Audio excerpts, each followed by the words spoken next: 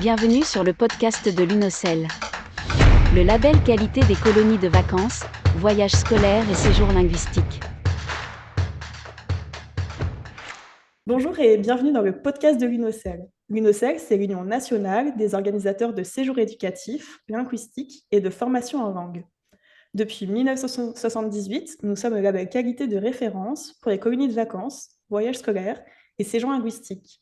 Mais l'UNOCEL, c'est aussi bien plus qu'un label. C'est un espace d'échange et de réflexion pour grandir ensemble, vous, nos auditeurs, nos adhérents, leurs équipes et nous-mêmes. Aujourd'hui, nous avons le plaisir de recevoir Bruno Humbeck. Bonjour. Bonjour. Vous êtes psychopédagogue et directeur de recherche au sein du service des sciences de la famille de l'Université de Mons, c'est bien ça? C'est ça, tout à fait. Est-ce que vous pouvez nous expliquer ce que c'est un psychopédagogue? C'est une fonction ou une profession qui n'existe qu'en Belgique, il faut le savoir. D'accord. On a tendance à tout mélanger. En France, on a tendance à dire il y a les psychologues d'un côté, il y a les pédagogues de l'autre, hein, il y a Boris Cyrulnik et Mérieux de l'autre côté. En Belgique, on mélange tout et on fait la même chose finalement, une seule personne, pour expliquer comment est-ce qu'on apprend et quels sont les mécanismes psychologiques qui vont permettre de réaliser ces apprentissages, hein. C'est en gros la Ok, fonction du psychopédagogue. très bien, merci. Alors, partir en colonie de vacances, en séjour linguistique ou en voyage scolaire, c'est ce qu'on appelle dans le jargon UNOCEL les séjours éducatifs. Mais c'est bien plus que découvrir un nouvel environnement, c'est une opportunité d'expérimentation, d'apprentissage et de liberté. Ces séjours permettent aux enfants de s'émanciper et de développer leur autonomie, loin du cocon familial. Pour en savoir plus, on a fait d'autres podcasts, notamment avec Christophe Marceullier sur les CPS. Si vous voulez aller écouter, il n'y a pas de souci. Cependant, une tendance inquiète de plus en plus les organisateurs, l'hyper-présence des parents. Entre appels fréquents et connexion permanente via les téléphones portables, certains parents peinent à lâcher prise. Cette attitude peut aller jusqu'à refuser toute prise de risque ou aléa, pourtant essentielle à l'expérience éducative. Parfois même, ces séjours sont jugés trop risqués et ne sont plus proposés aux enfants. Alors Bruno Mbeck, vous êtes l'auteur de l'ouvrage Hyperparentalité, Apprendre à lâcher prise pour le bien-être des parents et des enfants, qui est paru en 2022. Vous définissez l'hyperparentalité comme une tendance et non une maladie. Est-ce que vous pouvez nous expliquer ce concept? Alors, en fait, c'est vrai que c'est pas une maladie et il faut être très attentif quand on utilise le préfixe hyper, hein. Hyper, c'est en même temps, l'idée, c'est puiser au monde médical, qu'un fonctionnement serait excessif, hein. Si vous faites de l'hypertension, c'est que votre système circulatoire, fonctionne de manière excessive, et donc ça donne l'impression qu'il faut corriger quelque chose parce qu'on aurait affaire à une maladie. Mais en même temps, hyper, c'est devenu un préfixe qui dit: «Ouais, il est hyper génial le gars». Et donc qui marque une forme de supériorité, hein. C'est pour ça que c'est par rapport à l'hypersensibilité, par exemple, hein. Ouais. Vous avez des personnes qui vont vous dire: «Mais il y a certainement un dérèglement au niveau du système émotionnel» et qui vont en faire toute une maladie, ce qui est un vrai problème.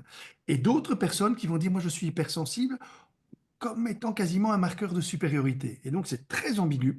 Quand on parle d'hyperparentalité, il faut éviter d'en faire un diagnostic médical qui laisserait penser, par exemple, que la parentalité fonctionne de manière excessive. En fait, l'hyperparentalité n'est une difficulté que quand elle crée de la souffrance, soit chez l'enfant, soit chez le parent, soit sur la relation, parce que la tension qui est maintenue autour de l'éducation est trop forte. C'est une tendance simplement actuelle qu'on peut comprendre d'ailleurs par des mécanismes tout à fait explicables, hein. C'est-à-dire que en fait, nos enfants ne sont plus des accidents, ce sont plus des heureux événements. Ils ont été convoqués à naître. On a décidé d'avoir des enfants. Et donc, quand vous avez convoqué quelqu'un à naître, vous vous sentez terriblement responsable de sa venue sur Terre. Et vous vous dites: waouh, il faut absolument que ça se passe bien. Il faut qu'ils soient en sécurité, hein, toutes les Mm. difficultés auxquelles vous allez inévitablement être confrontés quand vous travaillez la coéducation, donc éducation partenariale avec la famille. Il faut qu'on lui donne le meilleur tout le temps. On n'a pas fait venir au monde, on l'a pas convoqué pour qu'il soit malheureux, il faut qu'il soit dans la joie continue. Et il faut aussi lui prévoir un avenir le plus heureux possible. Et donc il y a une pression intense qui suppose chez certains parents de dire il faut que je sois un parent parfait, dans un monde parfait, avec un enfant parfait. On a vu, monde le montre par toutes les coutures que le monde n'est pas parfait. Il faut accepter qu'on n'est pas un parent parfait. Et il faut accepter que notre enfant ne soit pas parfait, parce que sinon il va se donner l'impression qu'il déçoit. C'est pour ça que parfois cette hyperparentalité est inconfortable, à la fois pour le monde que vous représentez, hein, quand vous offrez une alternative éducative aux parents, c'est-à-dire que vous éduquez conjointement avec eux, mais à des moments différents, ils vont Mhm. attendre de vous une espèce de perfection.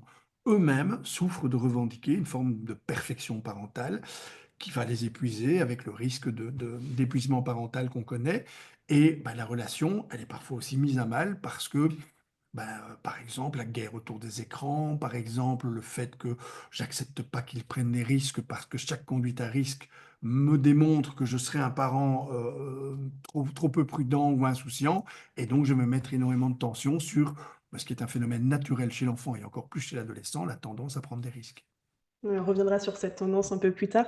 Dans votre livre, j'aime bien la définition que vous donnez d'hyperparent. C'est être qualifié d'hyperparent, c'est en quelque sorte être considéré comme un super parent qui aurait un peu, légèrement ou beaucoup dérapé parce qu'il se serait laissé déborder par des prétentions excessives et des intentions éducatives trop proches de la perfection. Ah, Voilà, on a toujours quelqu'un qui nous vient en tête quand on lit ce genre de choses. alors, c'est le problème des critères qu'on a de la parentalité, hein. C'est pour ça que c'est important d'avoir des modèles qui sont des modèles, je vais dire, imparfaits. Homer Mm. Simpson, hein, joue un rôle salutaire sur ce plan-là. C'est un papa qui n'est pas parfait, qui fait Mhm. ce qu'il peut, qui constamment s'interroge ou pas, mais qui nous amène en tout cas à interroger l'acte éducatif. Si vous prenez en comparaison Charles Ingalls, hein, Une petite maison dans la prairie, là, vous avez un papa qui ne se trompe jamais, une maman qui ne se Mm. trompe jamais, qui résolvent l'intégralité des problèmes. C'était très bien à l'époque, on vous disait il faut que votre enfant soit bien élevé. Et Mm. le seul but de l'éducation, c'est de transmettre des valeurs. Maintenant qu'on vous dit, et c'est le principe de la parentalité, il faut que votre enfant s'épanouisse et que son épanouissement soit un épanouissement singulier. Vous allez éduquer trois enfants, ce soit trois parentalités différentes, parce qu'ils vont transformer l'éducation en quelque chose de particulier, qui font qu'ils vont s'épanouir, chacun avec des critères particuliers. Ouais, vous parlez de plusieurs types d'hyperparents aussi dans votre ouvrage. Est-ce que vous pouvez les décrire rapidement? Alors, c'est des images, hein, donc ça permet Mm. justement de comprendre rapidement ce que ça signifie. Ce qu'on appelle le parent hélicoptère, hein, celui qui tourne autour de son enfant en permanence. T'es où? T'es avec qui? Tu reviens quand? Le besoin qu'on a de contrôler. Et là, Mhm. effectivement, par rapport à le rôle de vos services, c'est très difficile de jouer ce Mm. rôle-là dans le contexte actuel, parce qu'on a tendance à dire, si je ne vois pas mon enfant, il va lui arriver quelque chose. Donc, il faut qu'il soit constamment sous mes yeux. C'est ce qui explique, par exemple, qu'aux sorties d'école, vous avez des parents agglutinés sur les grilles, comme si l'enfant ne pouvait pas faire 100 mètres tout seul. Et donc, Mm. c'est vraiment cette tendance à vouloir contrôler tous les mouvements de son enfant, avec des enfants qui s'y adaptent, hein, ce qu'on appelle la géolocalisation, par exemple, hein, le fait que vous sachiez constamment où se trouve votre enfant. Ouais. Alors, ce qui est tout à fait étonnant, c'est que les adolescents maintenant l'acceptent comme étant non pas quelque chose qui contrôle leur comportement, mais qui rassure leurs parents.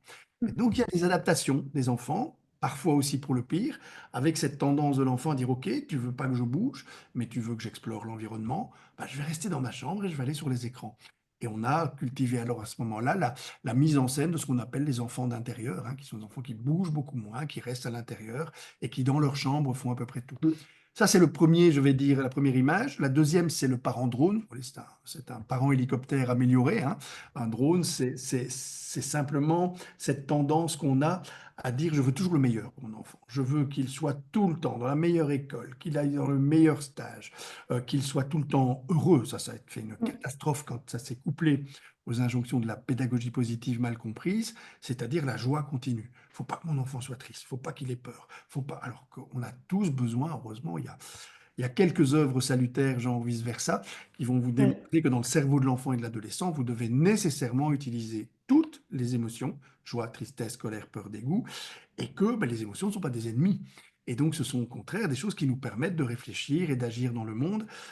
Pour les parents drones, c'est vraiment un apprentissage salutaire. Il ne faut pas que notre enfant soit toujours triste, soit toujours content. Il faut qu'il vive des expériences de tristesse, de dégoût, de colère, parce qu'il doit vivre l'intégralité des émotions.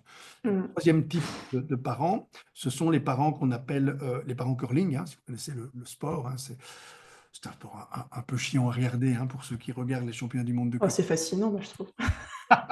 Je le Oui, préviens. alors, Mais je trouve ça vous avez fascinant. raison, c'est fascinant, mais bon, c'est pas passionnant. C'est qu'en fait, Non. vous avez une personne qui lance le palais, ça c'est très bien. Moi, je pense qu'il faudrait juste se limiter à ça, lancer le palais et aller dans la direction d'une cible. Ce qui est un peu agaçant, c'est de voir ces personnes qui balayent comme ça, de manière très frénétique, alors qu'on sait que leur influence, elle est quand même très très minime.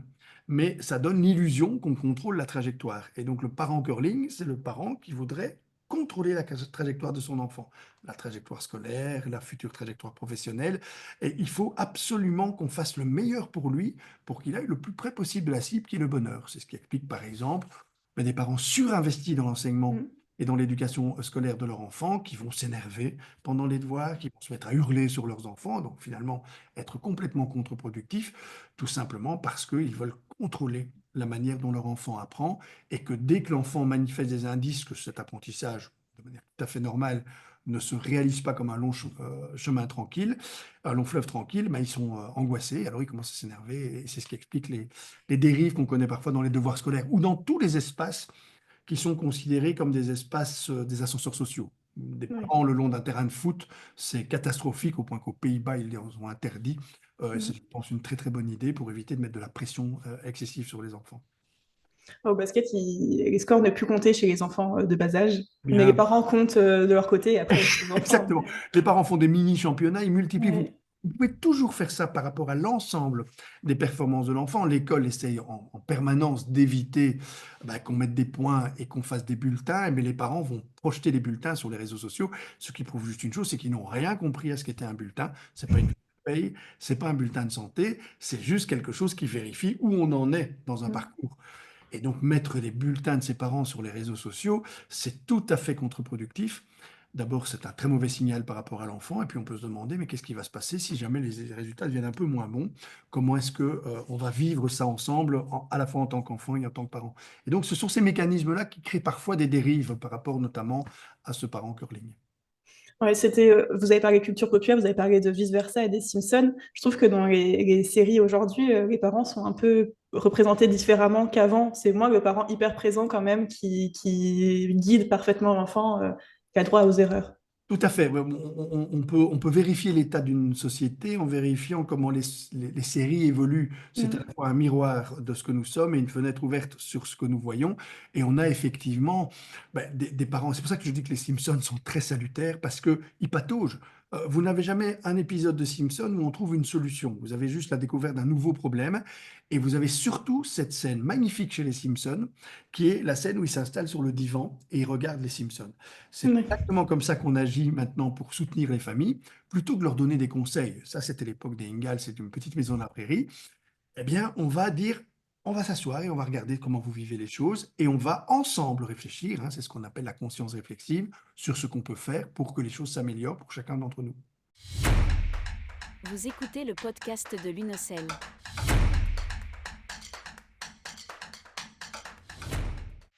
On va revenir au sujet des organisateurs de séjours éducatifs. Eux, ils jouent un rôle crucial dans l'accompagnement des hyperparents, tout en ayant comme objectif principal de permettre aux enfants, parce que oui, ce sont eux les cibles des séjours au départ, de gagner en autonomie et de s'émanciper. Alors comment un hyperparent peut accompagner son enfant en en respectant l'objectif du séjour au départ, parce qu'on dit qu'il faut préparer l'enfant à son premier départ notamment, en le préparant à la séparation, etc. Mais il faut du coup aussi préparer les parents. Bien sûr, et c'est un travail, vous êtes dans l'espace le plus compliqué pour le moment à vivre, c'est celui de la coéducation. Vous n'êtes pas un service de soutien à la parentalité. Un service de soutien à la parentalité suppose que vous êtes en mesure de détecter des failles, par exemple dans l'éducation, et de proposer des remèdes. C'est ça le soutien à la parentalité.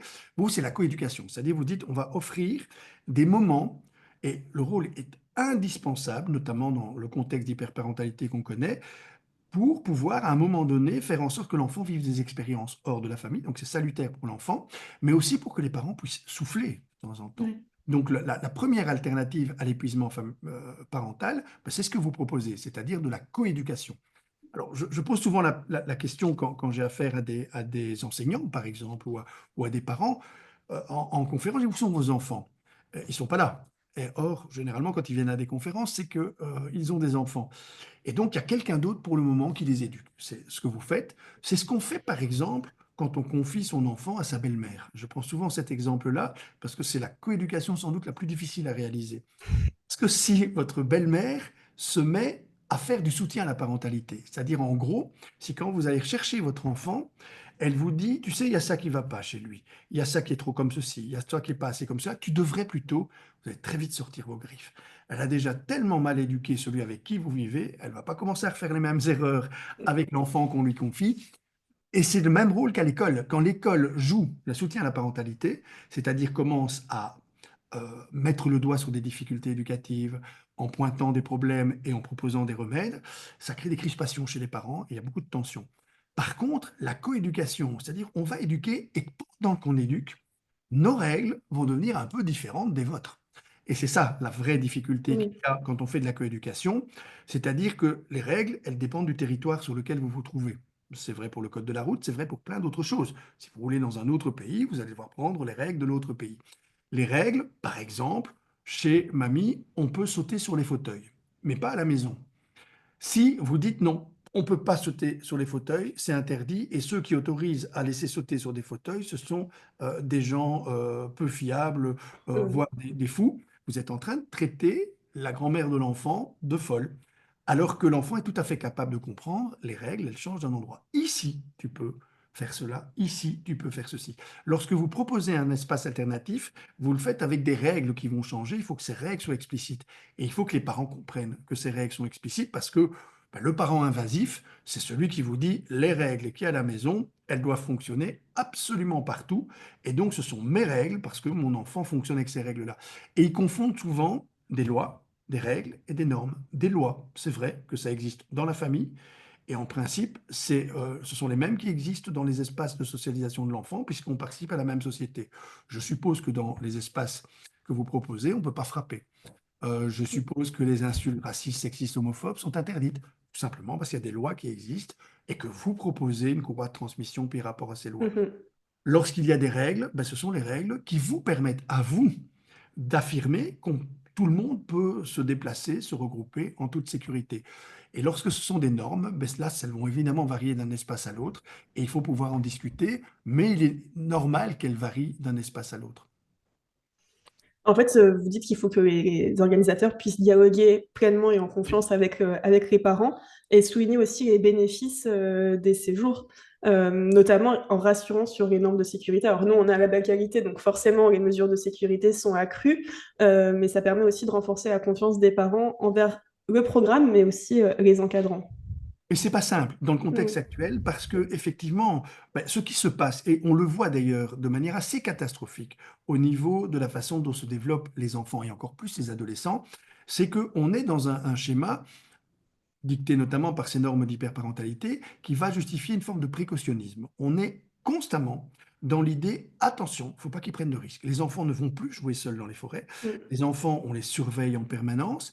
Et bah, parfois, on a tendance à dire, il faut que les autres structures fonctionnent comme nous, avec un service qui multiplie les précautions, parce que le risque zéro n'existe pas, vous dira-t-on, mais on le tolère et on doit s'en approcher très très fort. Mm. Or, les enfants, et encore plus les adolescents, ont besoin d'un minimum de prise de risque. Ce qui se produit pour le moment, c'est que vous avez les effets du précautionnisme qui se surajoutent aux effets des écrans, qui font que, par exemple, les enfants eux-mêmes, les adolescents eux-mêmes, pour ne pas se mettre en En situation de prendre danger. des risques, eh Mm. bien, vont le faire sur leur ordinateur avec des jeux vidéo dans lesquels le personnage avec lequel ils jouent prend des risques, et on est donc le risque virtuel.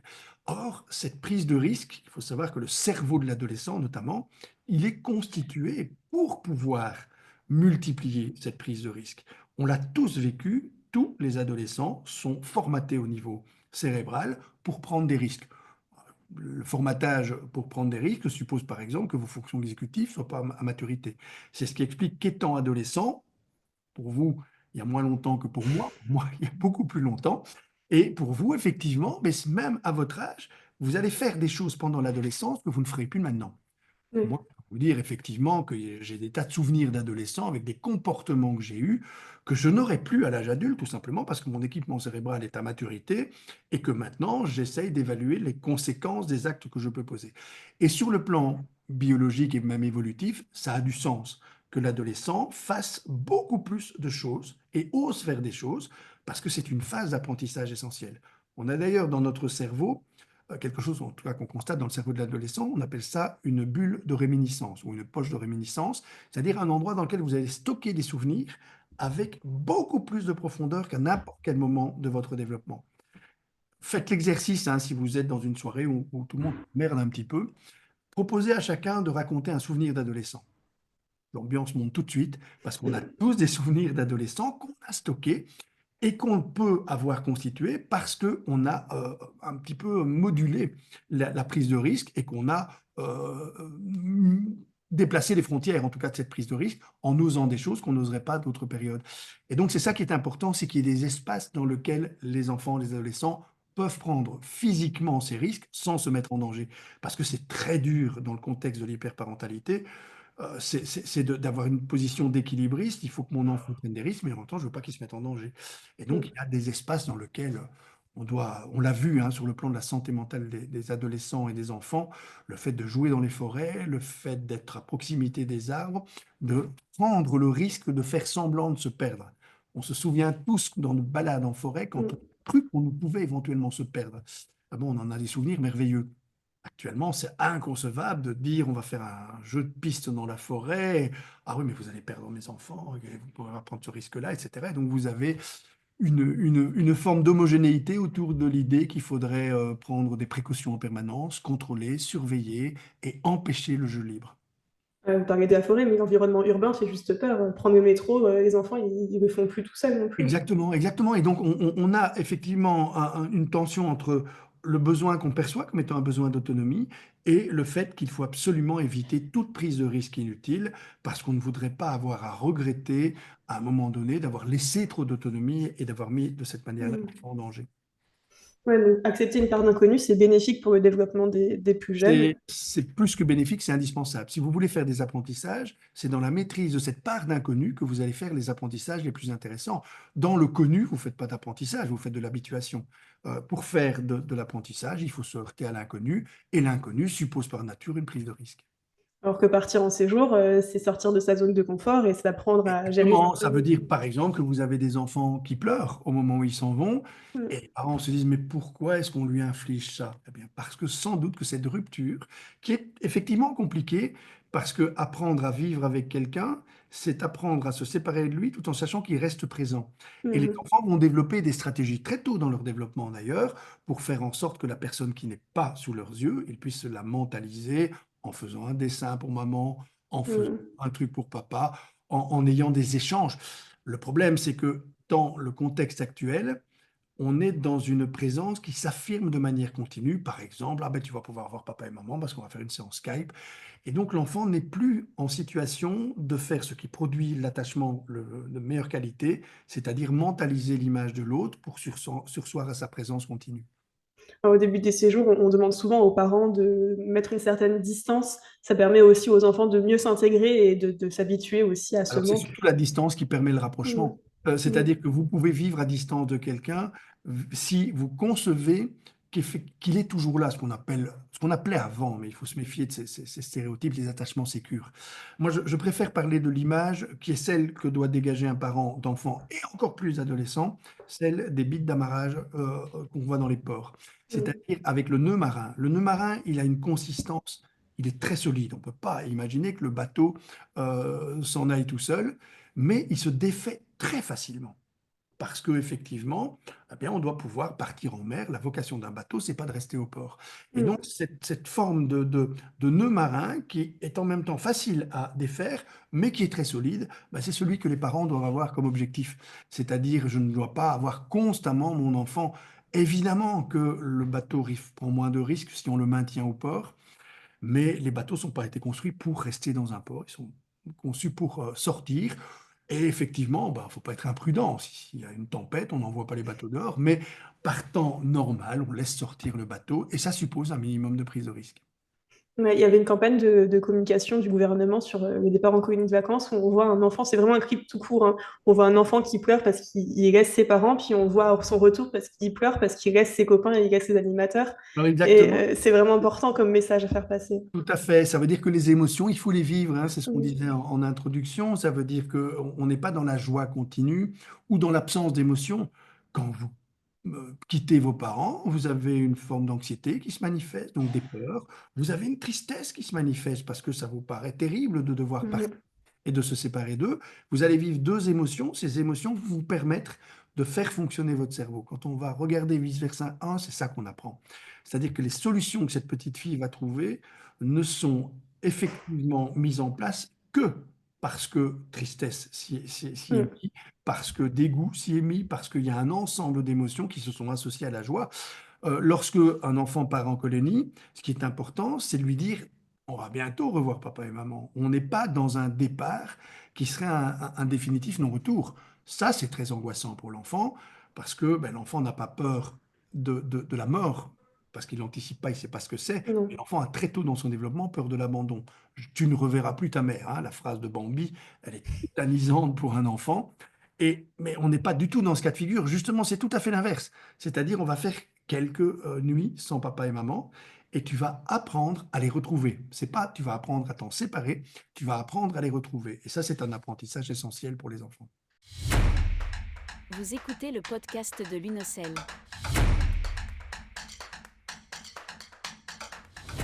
Aujourd'hui, les organisateurs, ils utilisent beaucoup les médias. Donc, on est dans l'ère de l'hyper-communication pour le coup. Ah, oui. Ils utilisent des blogs où des photos sont partagées quotidiennement, dans l'idée notamment de rassurer les parents. Mais ça a utilisé avec beaucoup de précautions parce que des fois, des parents se laissent un peu happer par la chose et retrouvent leurs enfants soit fatigués, soit tristes sur les photos, ou ne les retrouvent pas du tout. Est-ce que les organisateurs doivent continuer à offrir cette transparence-là ou est-ce que ça alimente cette anxiété parentale? Alors, je pense que c'est important de se dire, mais j'ai confié mon enfant à des personnes qui sont des professionnels, qui ont effectivement un cahier de charge, et je ne vais pas garder la charge mentale. Sur ce plan-là, Mmh. je leur donne cette charge mentale. Parce que si on montre tout, pour essayer de les rassurer, en fait, le but du jeu, c'est de diluer sa charge mentale sur l'autre, mais les effets paradoxaux, ils sont fréquents. Je prends l'exemple d'une enseignante parce que les enseignants ne sont pas formés pour interagir avec les parents, et elle avait fait une Non. super réunion de parents dans lequel elle travaillait fort l'autonomie des enfants. Donc, c'était en maternelle et les enfants découpaient eux-mêmes, etc. Et elle dit, moi, mon rôle, c'est d'être un support d'apprentissage. Donc, je me mets à côté d'elle. Puis, moi, elle montre un petit film qu'elle avait tourné. Et vous savez que moi, que les parents, ils ne regardent que leurs propres enfants. Ils s'en foutent des enfants des autres. Mmh. Et la pédagogie, c'est pas vraiment leur truc, mais qu'est-ce que fait mon enfant? Et à un moment donné, il y a une petite fille qui est en train de découper ses formes, et le papa se lève et dit, mais c'est quoi cette histoire? Et si elle se coupe? Et puis les parents ont une réaction. Cette pauvre enseignante est partie en pleurant. Parce qu'au lieu Mmh. d'expliquer sa pédagogie, elle a donné l'impression de la soumettre à des parents qui sont dans une forme d'évaluation critique. Ce qu'on appelle le co-enseignement, c'est un des pièges de la coéducation, quand on laisse les parents évaluer les stratégies éducatives ou enseignantes des enseignants. Chacun doit être à sa place. Les enseignants savent ce qu'ils font, savent pourquoi ils le font. Si on veut expliquer ces méthodes, on peut le faire, mais on dit voilà, moi je vais juste vous expliquer mes méthodes, je ne vais pas les justifier. Je vais juste vous expliquer OK. comment je fais pour que votre enfant, vous puissiez comprendre comment est-ce qu'on favorise son évolution. Moi, je pense que c'est la même chose que vous pouvez faire. Vous savez, si vous montrez la photo d'un enfant dans un arbre, mais ne filmez pas le pied de l'arbre, le parent va s'imaginer que l'enfant est Il est très, très tombé haut. d'un arbre. Mmh. Il va dire: «Mais qu'est-ce qu'ils sont imprudents là-dedans!» En fonction simplement de la tête qu'aura l'enfant. Si l'enfant est tout rigolard, ça va. S'il manifeste des signaux d'anxiété, c'est parti, hein, pour l'inquiétude à ce moment-là qui se dilue. On aura simplement montré une photo. Il vaut beaucoup mieux exprimer, voilà, on joue dans la forêt parce que c'est important pour nous, de valoriser le contact avec la nature, les expériences multiples, et cetera. Mais les photos ont un contenu anxiogène parce qu'elles sont soumises à une interprétation, alors que vos explications ne le sont pas. Et donc montrer, j'aurais tendance ça veut dire montrer des enfants de loin dans la forêt. Les parents vont essayer peut-être de repérer le leur, mais c'est pas l'objectif. Si c'est l'objectif, c'est d'avoir des photos de votre enfant, là c'est une autre démarche. Si c'est Mmh. montrer ce qu'on fait tous ensemble, on est bien arrivé, on met des photos de loin dans lesquelles on ne reconnaît aucun visage, je pense que c'est beaucoup plus productif parce que les images, dans le contexte actuel, sont porteuses d'anxiété, hein. Chacun repère son enfant. Si vous avez l'impression que sa mine est un peu tristounette ou qu'il n'a pas l'air de s'amuser, hein, parce que quand vous faites des photos, moi j'engage souvent les personnes qui, sans critiquer la pédagogie Montessori, à aller regarder les photos qui sont faites par Montessori elle-même avec ses premières classes. Ça fait peur, hein. Il n'y a pas un sourire, ni chez l'enfant. Ils ont tous des têtes d'enterrement. Alors évidemment, quand on voit ce qu'est l'école actuellement et qu'on juge avec le prisme actuel, on se dit, mais Montessori, c'est quand même de l'arnaque, hein. On n'est pas en train d'amuser les enfants, on est dans un schéma dans lequel on vient d'une école qui était encore plus rigide, donc c'était de la progression. Mais si vous cherchez à interpréter les mimiques émotionnelles des enfants, la manière dont ils se comportent, vous allez dans le délire d'interprétation très très vite. C'est ce que vous risquez si vous partagez toute cette manière-là. Et puis après, ils peuvent très bien feindre une émotion et c'est pas du tout la Bien réelle. sûr, et il y a des maisons d'enfants où ils le font, dans lesquelles on met un visage sous forme d'émoticône. Alors, c'est pas seulement fait pour pas reconnaître le droit de l'image de l'enfant, parce que je pense qu'ici, dans ce cas-ci, vous êtes dans un contexte fermé et privé. C'est juste pour éviter justement les mauvaises interprétations. Le but n'est pas de montrer votre enfant, le but c'est de montrer les enfants pour rassurer sur ce que nous faisons tous ensemble. Ok. On l'a mentionné auparavant, c'est la notion de confiance hein, qui est très importante. Elle repose sur plusieurs piliers dans votre ouvrage. Vous dites faire confiance à l'enfant et à ses capacités d'autonomie, Oui. croire en la sécurité des environnements dans lesquels ils évoluent, donc les centres de vacances notamment, et accepter les incertitudes et les imprévus de la vie dans une posture de confiance fondamentale. Voilà, tout à fait. Moi, il y a une expression qui m'agace toujours, c'est le risque zéro n'existe pas. Mais évidemment qu'il n'existe pas. Et heureusement, Oui. ça laisserait à penser qu'on peut tout contrôler dans une vie. Il n'y a que dans les dictatures qu'on a ce type de prétention. Dans un espace libre, ce qui construit le mieux l'enfant au niveau de son développement, c'est le jeu libre. Et je dirais qu'à la limite, un jeu est nécessairement libre. Et donc, on est dans une espèce de liberté de mouvement, etc., qui suppose qu'il y a un minimum de prise de risque, mais qui se fait dans un cadre sécurisé. Si vous regardez les plaines de jeu actuellement, elles sont hyper sécurisées par rapport à ce Ouais. qu'on est d'il y a 30, 40 ans. Et encore, je ne vous parle pas de plaines de jeu d'il y a 50, 60 ans, dans lequel ça ferait frémir un parent. On met une barre parallèle, les enfants s'amusent, marchent sur la barre, etc. C'est inconcevable actuellement. Il n'y a pas nécessairement plus d'accidents, il faut le savoir, parce que les enfants ont des petits moteurs internes qui font qu'ils ne se mettent pas en danger spontanément sur les objets qu'on met à leur... Mais ce qu'on a constaté, c'est que les enfants dans les plaines de jeu hyper sécurisées, eh bien, ne font plus d'expériences nouvelles.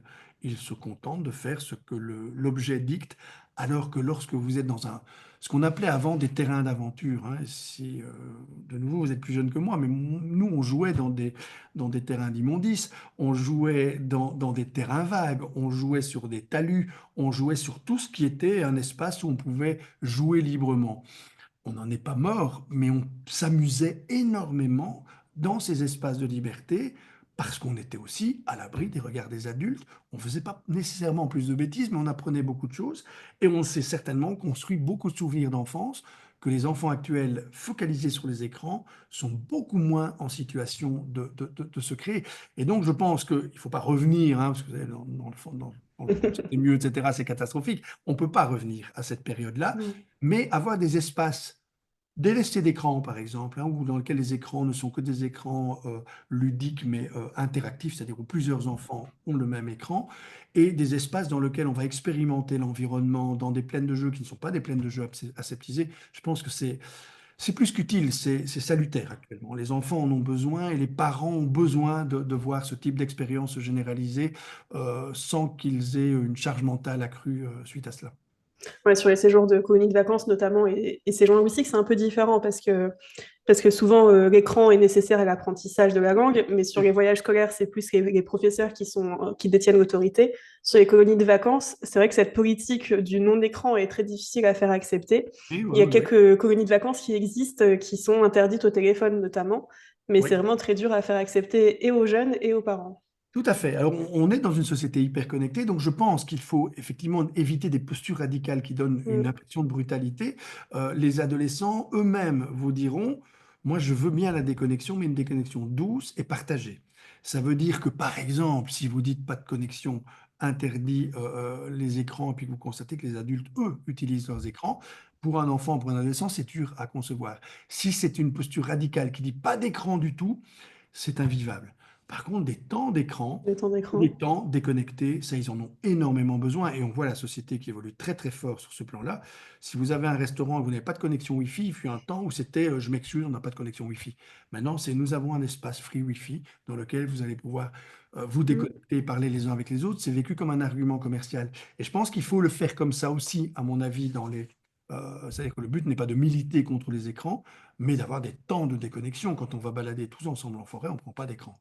Mais bah, vous voulez contacter vos parents, vous voulez avoir un petit Skype avec eux, ben voilà, de telle heure à telle heure, les écrans sont disponibles. Je pense que ça rassure tout le monde. Il faut bien comprendre, hein, enfin, j'étais ce matin pour tourner une émission de TV au milieu d'un groupe d'adolescents et on parlait de géolocalisation et aucun ne trouvait ça, ne vivait ça comme étant un problème. Alors que dans notre génération, Ouais. sans doute dans les générations beaucoup moins récentes, on a dit mais je ne vais pas être contrôlé tout le temps.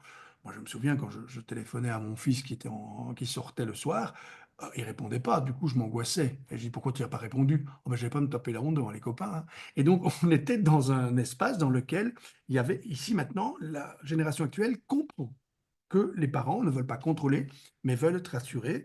Et donc, ils acceptent d'être en permanence géolocalisés. Et donc, je pense que les structures intermédiaires doivent s'adapter à cette double demande et que les postures radicales deviennent effectivement maintenant difficiles à tenir. On a déjà eu des témoignages d'organisateurs qui nous disent que les parents ont appelé pour dire que l'enfant n'était pas où il devrait être le jour J, parce qu'il y avait une activité de Ah, prévue et voilà, qu'ils ont tout fait à autre fait. chose. Et, Oui, oui, oui. Et donc, vous devez garder votre liberté de mouvement. mm, Par exemple, ça veut dire qu'il ne s'agit pas, et vous l'avez évoqué très très bien tout à l'heure, il ne s'agit pas d'être de l'attendu permanent, du convenu absolu. Évidemment qu'il y a une part de liberté, on peut changer le programme, on peut ne pas être dans l'endroit où on devait être, mais dans ces cas-là, effectivement, le parent est en droit d'interroger où étiez-vous? Ben, nous étions là, point, mais sans qu'on ait besoin de se justifier. On explique les choses, parce que ce qui rassure, en fait, le problème, c'est qu'il y a parfois une mauvaise interprétation. On a l'impression d'être contrôlé, alors que le but du jeu, c'est juste d'être rassuré.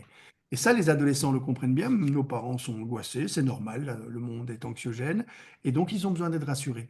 Et ils ne vivent plus ça en opposition, en disant, ils veulent me contrôler, pas question, il faut que j'échappe à leur contrôle, donc je ne répondrai pas au GSM ou je ne. Lorsqu'il y a un changement de programme, par exemple, hein, ces jeunes qui étaient géolocalisés disaient, mais on prévient nous-mêmes nos parents, on va changer le programme, Je pense qu'il faut s'adapter malheureusement à cette façon de faire, sinon vous créez des tensions qui sont des tensions dans ces cas-là inutiles. ouais, je pense que c'est une différence d'interprétation aussi, où il y a vraiment Exactement. d'inquiétude et que l'organisateur prend ça pour du contrôle. Notamment Oui, que maintenant, on est face à des générations qui ont leur téléphone à côté de la main et s'il y a quelque chose qui ne va pas comme ils veulent, ils préviennent leurs exactement. parents. Et donc c'est parfois vrai qu'il faut des moments de déconnexion parce que cette façon d'être constamment sollicité par des notifications possibles, si vous dormez avec votre portable à côté de vous, même s'il ne sonne pas, on a On est constaté que les tenté, ouais. adolescents dormaient beaucoup plus tard parce qu'ils restent attentifs à l'idée qu'il pourrait sonner. Et par Mm. contre, si vous dites je le laisse en bas, je vais me coucher, vous êtes moins perturbé dans votre prise de sommeil. Et donc, qu'il y ait des temps de déconnexion dans les espaces qui sont des espaces sociaux, hein, de socialisation secondaire comme le vôtre, c'est indispensable. Mais il faut le prévenir, le parent. Tiens, votre enfant ne sera pas accessible de ce moment-là à ce moment-là, parce que sinon, vous multipliez les mécanismes anxiogènes. Le parent téléphone, tiens, il répond pas. Quand vous appelez quelqu'un qui est censé être appelable et qui ne l'est pas, vous augmentez un petit moteur interne qui se met en place, votre anxiété augmente parce que vous créez des scénarios qui vont porter cette anxiété. Et pour des parents qui font le choix, eux, très clairement, d'envoyer leurs enfants en séjour, ils ont quand même cette conscience que ils peuvent pas interagir tout le temps avec leur enfant et agir sur le programme. Voilà, et ça c'est important, c'est-à-dire qu'on Mm. n'est pas comme à l'école, dans le co-enseignement, on est dans la coéducation. Ce que vous pouvez nous dire, c'est ce que votre enfant éprouve, et nous allons effectivement échanger par rapport à ce que vit votre enfant et la façon, par rapport à la manière dont on met en place le programme. C'est un peu comme si, je vous disais, on va autoriser les parents à changer les programmes scolaires. Euh, Mm. le co-enseignement, les enseignants, à juste titre, sortent leurs griffes dans ces cas-là. Ce qu'il faut éviter, c'est aussi, quand on est une structure de coéducation, de faire de la police des familles. Ah, mais vous devez être plus comme ceci. Ouais, mais non, hein, là, maman poule, là, ça va pas, hein. Il faut être. Là, quand les parents entendent ce genre de truc-là, ils sortent aussi leurs griffes, y compris par rapport à l'école. Et donc, avoir un regard compréhensif. Je comprends que pour vous, c'est important que vous ayez des nouvelles régulières de l'enfant et que vous sachiez que vous pouvez au moins une fois par jour le contacter. C'est pour ça que je ne parle pas de déconnexion brutale, mais laisser de 5 heures à 6 heures, il y a un petit temps de connexion avec les familles possible. Et là, papa et maman peuvent appeler. Ne le faites pas systématiquement, mais sachez que c'est possible tous les jours de le faire, parce qu'on vit beaucoup mieux avec l'idée qu'on pourrait joindre l'autre. S'il est injoignable pour vous, alors vous mettez des tas de scénarios en tête et ça devient à ce moment-là difficile à vivre. Parce que les organisateurs de séjours organisent souvent des visios aujourd'hui en Oui. début de séjour ou avant le début du séjour pour expliquer un peu aux parents comment ça va se passer, présenter éventuellement l'équipe ou du moins au moins le directeur de séjour. En fait, c'est pas suffisant. Il faut pouvoir les rassurer tout au long du séjour. Alors, avec des moments de connexion, mais pas à tout bout de champ. Le problème, c'est quand on fait du freelance et puis que le parent, par exemple, dit, mais moi, je ne veux pas appeler parce que je vais passer pour une mère poule. Et donc, on accumule. Et puis, on téléphone et au moment où on téléphone, ben, il n'y a pas de réponse. Et là, tous les mécanismes d'angoisse se démultiplient. Et donc, il faut nous dire, voilà, on met des moments dans lesquels ben, votre enfant sera disponible, vous aurez des nouvelles, on met des photos de groupe sans qu'on reconnaisse les enfants pour que vous voyez bah, que ça se passe bien, qu'on fait des activités, etc. Comprendre ces mécanismes d'hyperparentalité, non pas pour lutter contre, mais pour tenir compte qu'ils existent, pour rendre la situation confortable pour chacun. C'est beaucoup plus rentable que lutter contre ben, le précautionnisme, tous ces éléments qui sont effectivement des obstacles au développement optimal de l'enfant. Il faut vivre avec pour pouvoir le mettre à sa juste place, plutôt que lutter contre un mécanisme qui crée à ce moment-là des tensions. Il faut savoir que dès qu'il y a des tensions entre la famille et que ce soit l'école ou une structure comme la vôtre, celui qui trinque, c'est l'enfant. Parce qu'il se trouve dans un espace intermédiaire dans lequel il sent qu'il n'y a pas d'harmonie, dans lequel il sent effectivement que il crée de la souffrance chez ses parents ou qu'il crée des conflits de loyauté par rapport à l'école ou à l'espace où il se trouve. Et donc, c'est important qu'il n'y ait pas de tension et donc qu'on tienne compte de ces mécanismes d'hyperparentalité pour qu'ils ne soient pas invasifs, des parents qui téléphonent à tout bout de champ, des parents qui débarquent. Moi, quand j'ai entendu récemment le témoignage d'une maman qui a suivi l'autocar de son enfant qui partait en classe de neige. Et puis au début, elle avait dit, je vais la suivre un petit temps, et puis elle a été jusque à Val d'Isère, c'est-à-dire qu'elle s'est tapée l'intégralité du chemin derrière. Quand le chauffeur du bus est descendu, elle était là derrière. Et puis elle dit, Ah oui. mais ce sont des mécanismes d'angoisse qui parfois poussent à des comportements complètement aberrants. Et là, il vaut beaucoup mieux sécuriser les choses en disant attention, surtout, on ne téléphone pas de façon intempestive, mais il y a un endroit pour le faire ou un moment pour le faire. C'est beaucoup plus serein pour tout le monde. Et ces conseils, parce que c'est pas des consignes, ces conseils, si elles sont répertoriées dans une charte, par exemple, ça peut être utile pour les parents. Bien sûr, dans une forme je dirais même au-delà de la charte. La charte, c'est une déclaration de principe. Mm. Euh, un règlement qui dit, par exemple, on téléphone à ce moment-là, on comprend que vous souhaitez avoir régulièrement des nouvelles de votre enfant. Il y aura des images, mais vous ne pourrez pas reconnaître votre enfant parce que on tient à ce que effectivement vous soyez rassuré simplement au niveau des activités qui sont organisées. Mais il y a aussi un moment où vous pouvez soit nous contacter, et ça c'est toujours intéressant, quelqu'un qui est disponible pour répondre à ce type d'appel. Un règlement, ça doit être précis. Parce que si votre règlement il est flou, vous pouvez nous contacter. Non, vous pouvez nous contacter à partir de ce moment-là jusqu'à cette heure-là, et soit pour contacter un membre de l'équipe si vous Mm. avez une inquiétude. Ça marche des deux côtés. L'enfant, il a besoin aussi de savoir que tout se passe bien dans la famille. Ça veut dire que si papa et maman ne téléphonent pas pour dire que quelque chose se passe mal, c'est que ça se passe bien. Et donc, si vous avez ce lieu, je vais dire, ou ce petit moment dans lequel les échanges sont possibles, ça va Oui. rassurer tout le monde et ça va apaiser tout le monde. Sur les parents qui acceptent enfin, une réelle autonomie à leurs enfants, est-ce qu'il y a des bénéfices immédiats? Est-ce qu'on voit qu'à long terme ou tout de suite, les enfants ils sont plus à l'aise, ou ils ont plus de capacité Faut bien d'adaptation? définir ce qu'est l'autonomie. L'autonomie, c'est pas la capacité de se débrouiller seul, c'est la Mm. capacité de faire appel aux autres quand vous êtes en difficulté. Et donc, pas à tout bout de champ, ça c'est effectivement une forme de dépendance, mais si vous êtes en difficulté et que vous dites non, non, il faut que je m'en sorte par mes propres moyens, c'est pas faire preuve d'autonomie. L'autonomie, c'est la capacité d'utiliser les supports qui sont autour de nous pour pouvoir évoluer le mieux possible. Et donc, le principe, c'est effectivement, on voit très très vite les enfants autonomes, ceux qui sont capables de faire appel, parce que là, je n'y arriverai pas tout seul, j'ai besoin d'être aidé, parce que, et vous savez, ce sont des développements qui sont à la fois sociaux, mais cognitifs aussi. L'intelligence de savoir jusqu'où je peux aller seul dans un comportement et une conduite, ou de savoir dans lequel je dois le faire avec d'autres, par exemple, hein, euh, les enfants, a priori, le fameux moi tout seul, c'est quelque chose qui est une revendication très précoce de l'enfant. C'est pas l'autonomie. L'enfant qui vous dit je veux faire tout seul, c'est la vraie phrase, ça vient aussi de chez Montessori. Aide-moi à faire tout seul. qui est une phrase un peu Mm. paradoxale, j'ai besoin du support d'un adulte pour pouvoir être autonome. Et l'autonomie suppose effectivement de savoir que je peux compter sur des personnes en cas de difficulté pour pouvoir faire des choses mais les faire alors de façon autonome. C'est pour ça que vos Ok. espaces sont terriblement utiles, je vais dire, pour le développement des enfants et des adolescents, parce qu'ils apprennent qu'il y a d'autres adultes auxquels ils peuvent faire appel quand ils sont en difficulté. Pas seulement papa et maman, mais aussi Mm. un ensemble d'adultes. Vous écoutez le podcast de l'UNOCEL.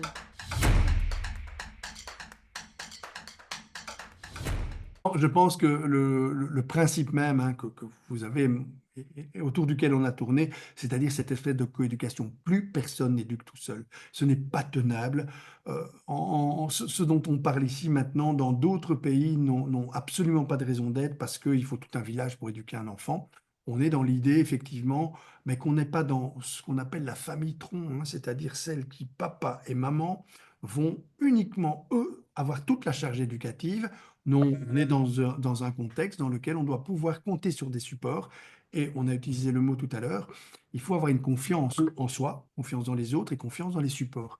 Les institutions ne sont pas des institutions irresponsables, ce sont des institutions qui ont un programme éducatif particulier. Et dans ce programme, eh ben, l'autonomie de l'enfant fait partie des critères de développement. Ça veut dire effectivement que le fameux précautionnisme, qui est actuellement un défaut de cuirasse parentale, eh ben, vous ne le relayez pas d'une manière excessive. C'est pas pour ça que vous êtes des va-t-en-guerre et des imprudents. Vous êtes juste des personnes qui vont permettre de construire l'autonomie de l'enfant parce que c'est une construction progressive et qui doit se faire sans brutalité. Donc vous n'êtes Mm. pas non plus un camp d'entraînement militaire dans lequel on va faire Ça un dépend. espace de rupture dans lequel vous allez passer maintenant à une autonomie forcée Mm. dans une construction douce. Et on a besoin de structures comme celle-là pour participer au développement des enfants. Je pense que cette notion de coéducation, elle est très importante. Je vais arrêter d'utiliser le mot hyper.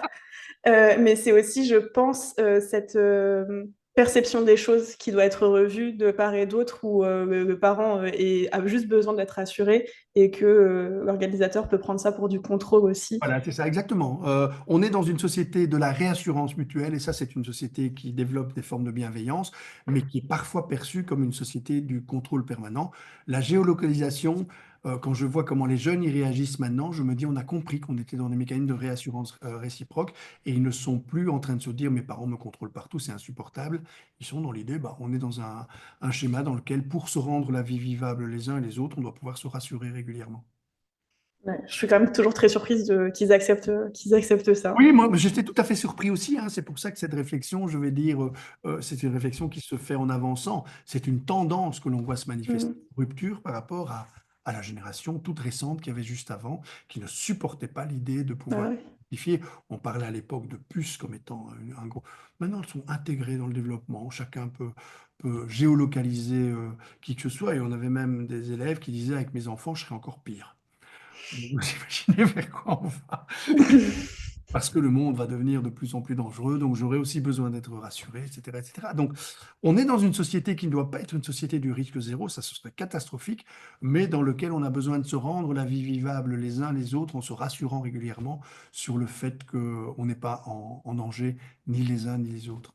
Et puis de toute façon, on est dans une société où l'anxiété est assez globalisée aussi. Donc, Exactement. Et donc, et lutter contre l'anxiété en faisant de l'anxiété un ennemi, en disant faut pas être anxieux, quand vous voyez l'état de la planète, quand vous voyez ce qui se passe aux États-Unis, quand vous voyez la guerre à nos portes, si vous n'êtes pas anxieux, c'est que vous n'êtes pas intelligente. Et donc, il ne faut pas refuser l'anxiété dans nos modèles sociaux, mais il faut nourrir tout le reste pour pouvoir équilibrer l'émerveillement, etc. Plein d'autres choses, et notamment cette prise de risque dans des espaces alternatifs, prise de risque mesurée qui permet aux parents d'avoir cette posture d'équilibriste entre je lui laisse prendre des risques sans qu'il se mette en danger. Vous écoutez le podcast de l'UNOCEL.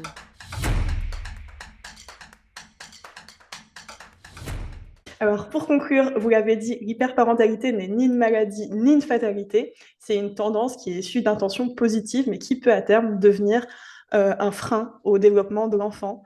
On a vu qu'en tant que parent, accepter l'incertitude et la prise de risque est une étape essentielle pour permettre à son enfant de se découvrir, d'expérimenter et de grandir, même si c'est toujours un peu dur pour les parents. Vous avez dit que la prise de risque, c'est aussi ce qui permet de réaliser des apprentissages, des choses nouvelles, des choses surprenantes. La prise de risque favorise la compréhension de soi, de son propre corps, de ses limites. Alors pour les organisateurs, cela implique un travail de pédagogie encore plus conséquent qu'aujourd'hui auprès des familles pour expliquer. Le terme clé, c'était rassurer et encourager une certaine forme de lâcher prise. Chaque séjour éducatif est une occasion unique d'apporter à l'enfant les outils nécessaires pour s'émanciper, tout en rassurant des parents parfois envahis par leurs propres inquiétudes. Alors, comme vous l'avez dit, Bruno Mbeck, le bonheur n'est pas un état permanent. Il n'existe aucun enfant parfait. Moi, je pense que c'est l'être, mais visiblement non. Mais il n'existe aussi aucun parent parfait. Alors, ensemble, en apprenant à lâcher prise, on peut ouvrir la porte à de belles découvertes et une vraie émancipation. Merci Bruno Mbeck pour cet échange enrichissant. Merci également à vous, chers auditeurs, pour votre écoute. Et n'hésitez pas à nous retrouver dans un prochain épisode ou sur notre site internet www.unocel.org. À bientôt. À bientôt. Merci. Vous avez écouté le podcast de l'UNOCEL. N'oubliez pas de vous abonner. À très vite.